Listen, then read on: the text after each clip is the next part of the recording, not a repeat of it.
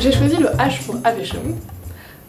Miss Havisham, c'est un personnage de Great Expectations, Les Grandes Espérances, le roman publié par Dickens en 1860. Et c'est une femme, un peu excentrique. Pourquoi? Parce qu'elle a été cruellement abandonnée par son fiancé le jour de son mariage et qu'elle a complètement figé son existence ce jour-là.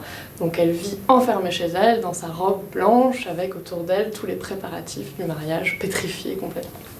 Et elle se consacre à prendre sa revanche sur les hommes, donc elle adopte une petite fille, Estelle, à qui elle apprend à briser des cœurs. Et c'est un personnage tellement riche et tellement fascinant qu'il a fait date. Havisham, c'est un nom connu dans le monde anglophone, et on retrouve Miss Havisham dans de nombreuses reprises, des développements, des reconstructions, et pas seulement dans les adaptations du roman. Et dans toutes les fictions qu'elle a générées, elle permet de remettre en question des catégories sociales, culturelles, narratives, esthétiques, qu'on a tendance à prendre pour acquises. Il y a un poème de Carolyn Duffy, qui est poète laureate, qui s'appelle Havisham, donc voilà, qui fait parler le personnage.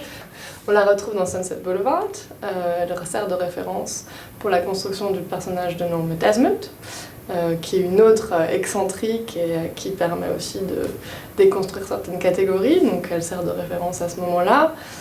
Il y a un épisode de South Park, où on se retrouve Miss Havisham, et puis là récemment, il y avait des Miss Havisham dans le métro, à Londres, c'était un événement organisé, donc on a fait s'habiller des gens en Miss Havisham pour faire la promotion d'un événement de mode.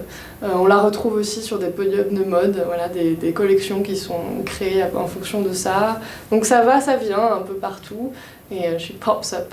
Il y a un opéra qui s'appelle Miss Havisham's Fire, où elle ressemble à une folle d'amour, ces personnages d'opéra qui se damnent pour leur amour perdu et qui meurent à la fin, et en fait finalement on a envie qu'ils meurent à la fin, et donc c'est une forme de soumission quelque part du personnage féminin, et là elle détourne ça, elle déconstruit ce cliché, elle le reprend et elle le fait exploser.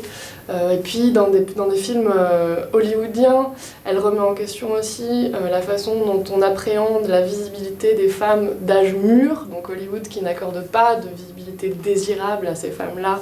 On remet en question ces catégories culturelles avec ce personnage qui est un peu entre deux, parce qu'elle est entre deux âges, elle construit une relation un peu étrange avec les hommes qui l'entourent, donc on remet en question ça. Et puis au bout d'un moment, elle est tellement connue qu'on remet en question aussi des catégories narratives, parce que l'histoire est tellement ancrée dans nos inconscients qu'on reconstruit des histoires, des anti-histoires, des contre-histoires, qui mettent en scène ce personnage central.